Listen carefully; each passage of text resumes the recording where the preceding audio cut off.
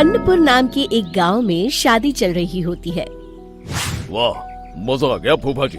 शादी में क्या खाना बना है, बाराती तो उंगलियां चाटते रह जाएंगे। हाँ, तुमने सही कहा, पनीर की सब्जी का तो कोई जवाब ही नहीं। दूसरी तरफ पंडित जी फेरों की तैयारी कर रहे होते हैं कि तभी वहाँ एक चुड़ैल आ जाती है।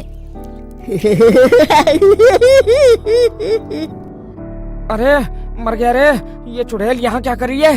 अरे दिवाकर जी, ये आपकी कौन सी रिश्तेदार है? अरे मुझे क्या पता, क्यों भाग्यवान, कहीं ये तुम्हारे मायके से तो नहीं आई है?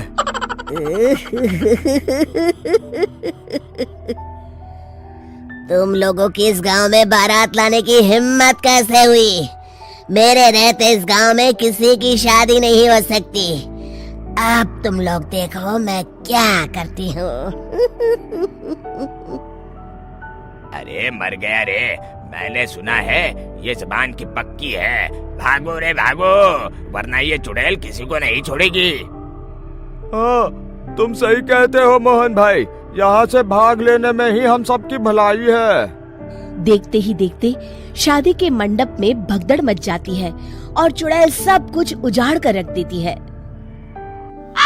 फिर एक दिन मोहन की शादी तय हो जाती है।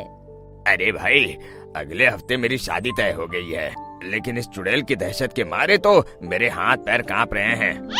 अरे मोहन, तुम्हारा दिमाग तो खराब नहीं हो गया?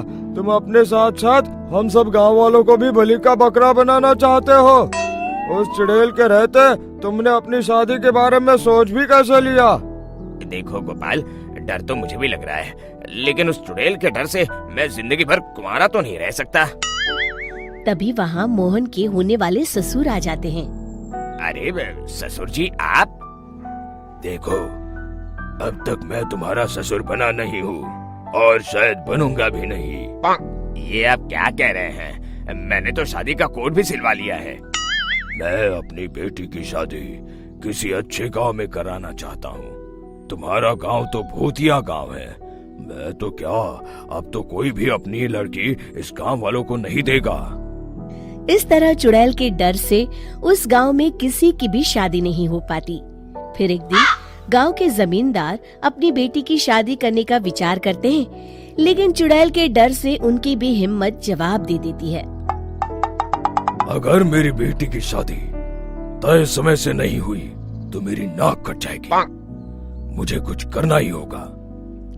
एक सलाहकार के कहने पर जमींदार काशी से एक बहुत ही नामी तांत्रिक को अपने घर बुलवाते हैं, जो भूत चुड़ैल को पकड़ने में माहिर माना जाता था।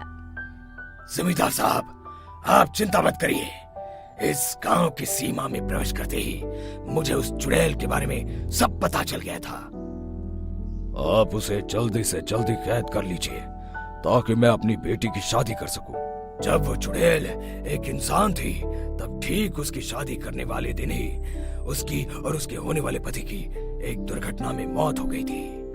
उसका होने वाला पति आज भी भूत बनकर जंगल में भटकता है। इसलिए जब तक चुड़ैल की शादी नहीं हो जाएगी, वो किसी और की भी शादी नहीं होने देगी। ये आप क्या कह रहे हैं? अगर वो भूत भी हमारे गांव में आ गया तब हमारा क्या होगा?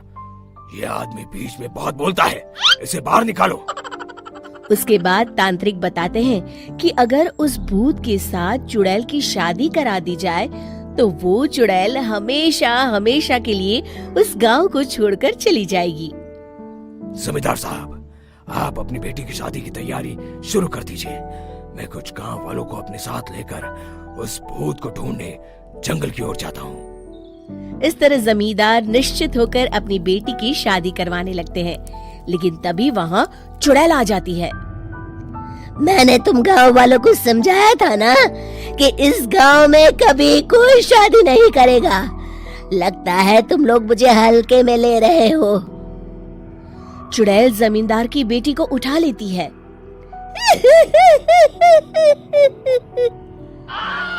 अब देखती हूँ बिना दुल्हन के तुम लोग शादी कैसे करोगे।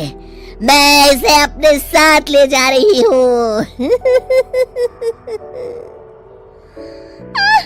छोड़ मुझे, पिताजी मुझे बचाइए, अरे कोई मेरी बेटी को बचाओ। तभी तांत्रिक उस भूत को लेकर वहां पहुंचता है। अरे भाग्यवान, रुको, इन मासूमों को परेशान मत करो, मैं आ गया हूँ, अब तुम मेरे साथ चलो। चुड़ैल बहुत खुश हो जाती है। आप आ गए, चलिए अब हम मंदिर में चलकर शादी कर लेते हैं।